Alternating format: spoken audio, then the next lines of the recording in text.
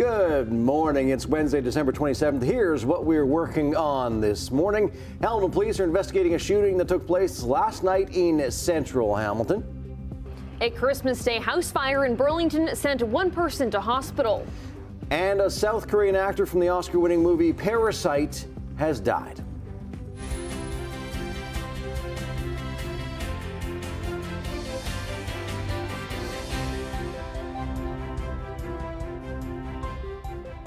Good morning. Welcome to Morning Live. I am Adam Atkinson, filling in for Tim Bolin this week. And I'm Emily Taylor, filling in for Annette Hom, who was also off this week. Now, Brian Wood is taking a much-needed vacation as well this week. Emily Vukovic is here a little bit later this morning with your weather. But first, a quick look at the roads. Environment Canada's fog advisory remains in effect for Hamilton, Halton, Niagara, and the surrounding areas.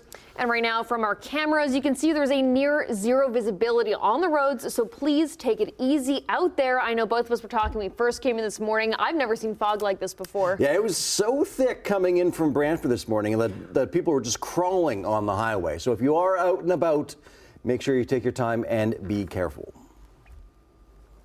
Police are investigating a shooting in central Hamilton yesterday night.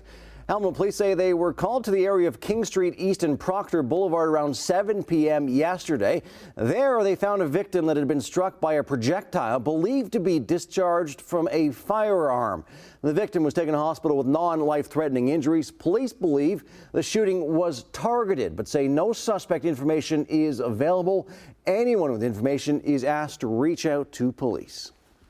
Hamilton EMS say at least one person is dead and 3 others were taken to hospital following a fog-filled crash in the Jolly Cut yesterday. Emergency services were called to the Jolly Cut just after 1 p.m., responding to reports of a 2-vehicle collision. Hamilton EMS told CHCH News a man believed to be in his 20s was pronounced deceased on scene. They add 2 other men in their 20s are in hospital. One has life-threatening injuries, while the other is in stable condition. A man in his 60s also suffered minor injuries. Hamilton police are investigating the crash. Now the Jolly Cut has been reopened.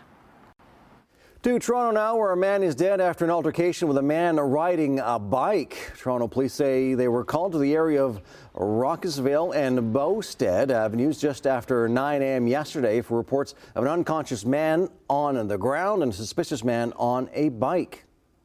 Officers attended to a male who was in his 60s. The male was found to be unconscious and was transported to a local hospital via emergency run. Unfortunately, a short time later, the male had succumbed to his injuries. It's an investigation that's ongoing.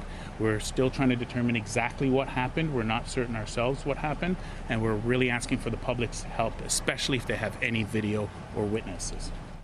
Police described the suspect as a man in his 40s riding a black mountain bike. Initially, police said the victim had been struck by an object, but now say that has not been confirmed.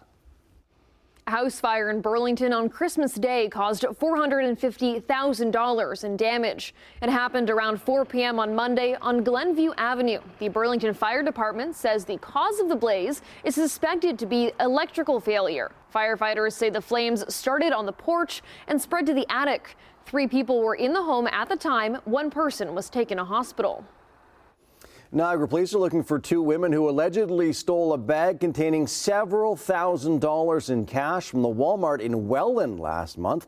It happened at around 7:15 on November 23rd. Now, police say a person entered the store and set down a bag containing $5,000 in cash and mistakenly walked away from it. When he went back for it, it was gone. Police say 2 women found the bag and used the cash to buy several items before leaving. Both women are described as being 5'3" with tan skin. One was around 50 years old. The other was around 20. One was wearing a maroon jacket with a yellow scarf and toque, while the other was wearing a purple coat. They were last seen leaving the area in a white Toyota Camry. Anyone with information is asked to contact police or Crime Stoppers. It was a Boxing Day frenzy yesterday, to the point where OPP had to shut down road access near a Milton outlet mall. Traffic was backed up for kilometers on roads leading to the Toronto Premium Outlets Mall in Milton. The OPP shut down the 401 access ramp near the mall and warned drivers to not park on the shoulders of the highway. Regardless, shoppers made the journey to find the best bargains. Few deals, good deals, so we did some shopping. It was good, yeah. You save a lot of money? I'd say like maybe like 20%. We ended up spending a lot more than we had planned for because we had so many exciting offers inside. Got underwear and I got some New Year's outfits, so it was really nice. Good prices? Good prices. I got 25% off. The Retail Council of Canada predicted a massive rush to malls this Boxing Day. They forecasted that 32% of Canadians were planning to shop. That's significantly more than last year. It definitely wasn't a white Christmas this year, but Environment Canada did issue a weather advisory. On top of foggy conditions, it was an unusually warm day where many ditched the winter coats. The lack of snow was a complete opposite from last year when residents dealt with the aftermath of a winter storm that hit southern Ontario just before Christmas. That resulted in blocked roads and power outages in Niagara. I know the record is 10.7 back in 1982 for Boxing Day. So today we're going to see 9 degrees. I mean, that's still 10 degrees warmer than it should be. I mean, the temperature high in Hamilton, Niagara area should be about -1. According to experts, it's hard to say if the warmer weather is a result of climate change, but there could be signs that decades from now, a white Christmas would be something we only get every 2 years. Peru has an interesting way of making sure old disputes aren't brought into the new year. A day of bare-knuckle boxing.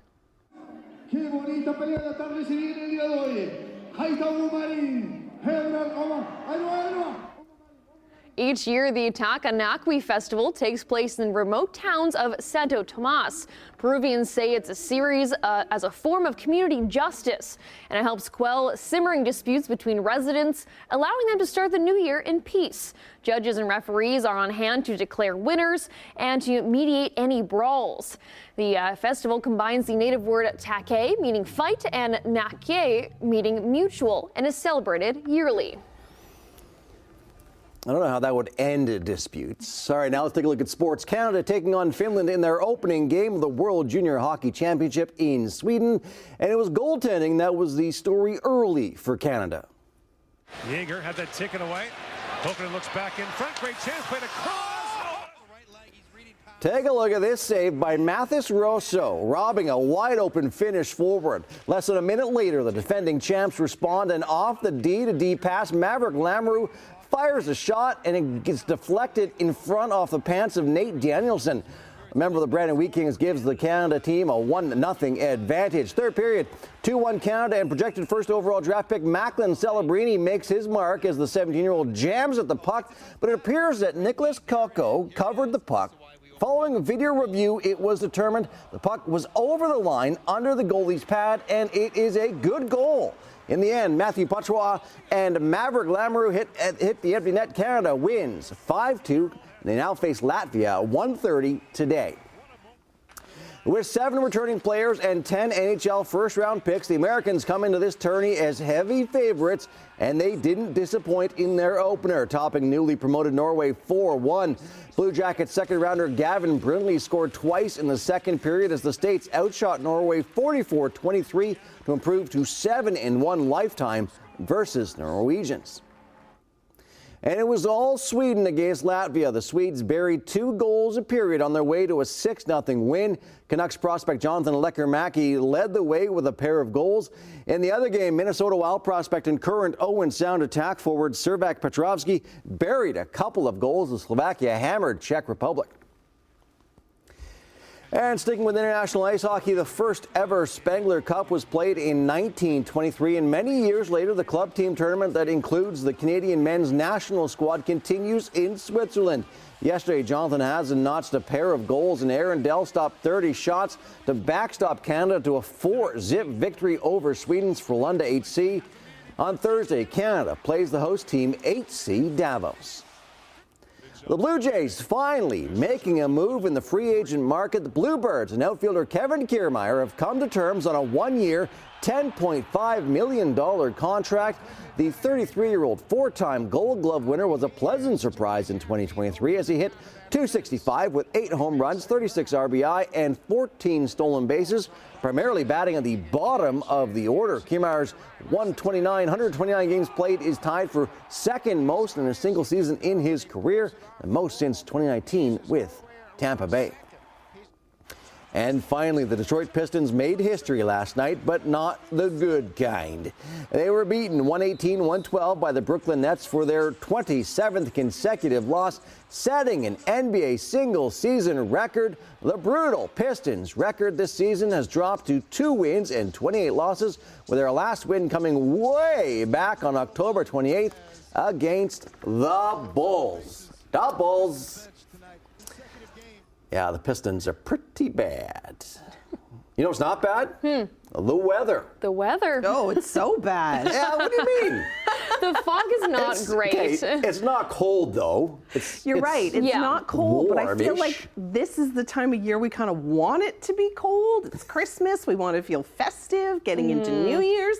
It's like October out there. Yeah, but we were talking earlier that the fog was nothing I've ever seen. Yeah, it's intense. And the fact that it's so prolonged isn't helping people get around, that's for sure. We're looking at near zero visibility in many areas. We do have that fog advisory stretching pretty much throughout the Golden Horseshoe all the way down towards the south. Everybody is foggy, but everybody is mild. Getting up to a daytime high of 9 degrees today. Light winds, foggy conditions. They may dissipate a little bit later on into the afternoon, but for the most part, it is going to be foggy and drizzly and kind of wet.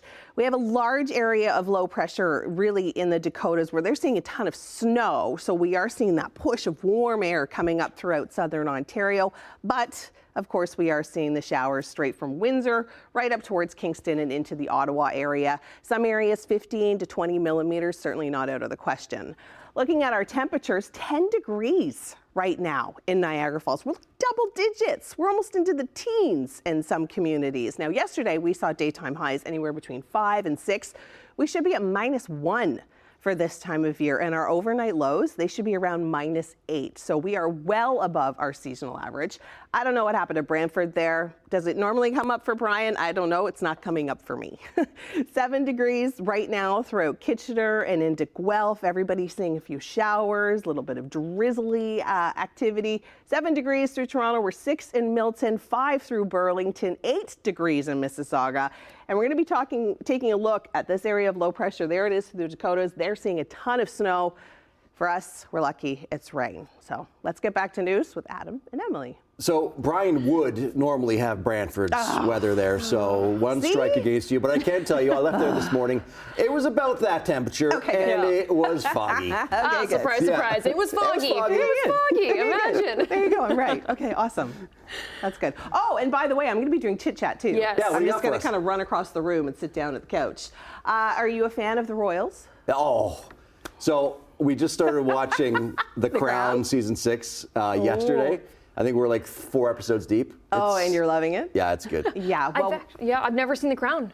No? Never. Oh, yeah. you know, I know, I should. I'm only into like 2 seasons. Like I started it and then they switched all the characters and I was like, meh. Anyways, we are going to be talking about one of Princess Diana's dresses that just sold at auction for an insane amount of money. Amazing. All right, lots more entertainment then coming up after the break. We also have some more business news coming up for you after the break. A U.S. airline is apologizing after putting a 6-year-old child on the wrong flight, while Apple fights an import ban on its watches. The world of cattle ranches getting a boost from AI. Business news next.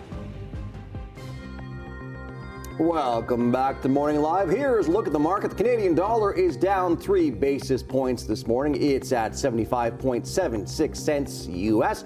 Gold is up $8.10, while crude fell 43 cents. It's at $75.14 a barrel. In midday, European trading markets are up in London, Frankfurt, and Paris. Over in Asia, markets are up in Tokyo, Hong Kong, and Shanghai. And in North American markets, yesterday, the TSX is still closed for the holidays, while the Dow gained 159 points. The NASDAQ added 82. Spirit Airlines is apologizing after a 6-year-old boy traveling alone to spend Christmas with his grandmother was put on the wrong flight in Philadelphia. Maria Ramos says when she showed up at the airport in Fort Myers, Florida on Thursday to greet her grandson, she was told he wasn't on the flight. The boy called her a short time later to say he had just landed about 257 kilometers away in Orlando. In a statement, Spirit says the boy was under the care and supervision of an airline employee the entire time, despite incorrectly boarding the wrong flight. Apple is pushing back against a U.S. ban on importing its newer watches. This comes amid a complaint from medical monitoring company Masimo, which alleges that Apple 6 and newer use technology that infringes on their patent. Masimo has accused Apple of hiring away its employees, stealing its pulse oximetry technology, and incorporating it into the popular Apple Watch. Apple has asked the Federal Circuit to pause the ban, at least until the U.S. Customs and Border Protection decides whether redesigned versions of its watches infringe on Masimo's patent, and to put a ban on hold while the court considers Apple's request.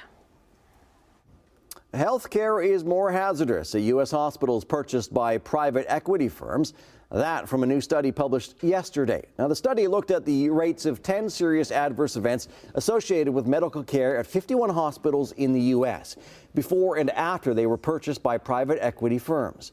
Researchers then compared those results with the rates of the same complications at more than 250 hospitals that were not owned by those entities.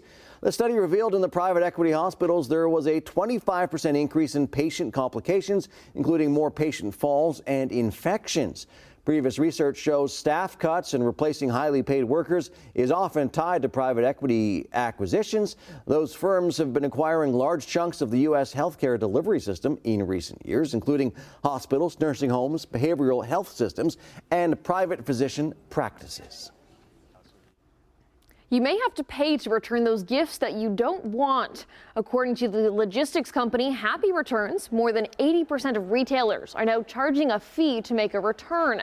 Macy's, Abercrombie, J.Crew, and H&M have all added shipping fees for mail-in returns. Amazon has also started charging $1 to return items to UPS stores. Data from the U.S. National Retail Federation shows that customers sent back nearly 17% of the merchandise they purchased last year. That's up from 8% in 2019. Japan's nuclear power regulator has lifted an operational ban it imposed on the world's largest power plant 2 years ago, clearing the path for it to restart. The Tokyo Electrical Power Company has been eager to bring the plant back online to slash operating costs, but it still needs approval from regional authorities on the Japanese coast. With a capacity of over 8,000 megawatts, the plant has been offline since around 2011, when the Fukushima disaster prompted the eventual shutdown of all nuclear power plants in Japan at the time. Shares in TEPCO rose sharply after the Nuclear Regulation Authority indicated earlier this month that it would consider lifting the ban after conducting an on-site inspection and meeting with the company's president. A startup called One Cup AI has developed facial recognition technology for animals that's proving helpful to some Canadian farmers. The technology is called Bovine Expert Tracking and Surveillance, or BETSI. It can monitor the health, activity, nutrition, and growth of cattle through cameras. The One Cup CEO says the idea for BETSI came about while talking with a cousin who asked if there was a way to use computers and cameras to identify cows without having to use tags. She says there are now 140 setups around Canada. So you can now identify your cow a little bit easier. Yes, yeah. And all of their health aspects. Perfect. Sounds like a great Betsy. Sounds like a great plan. All right, taking a break right now. Emily Buklitz will be back with your 7-day forecast in just a moment.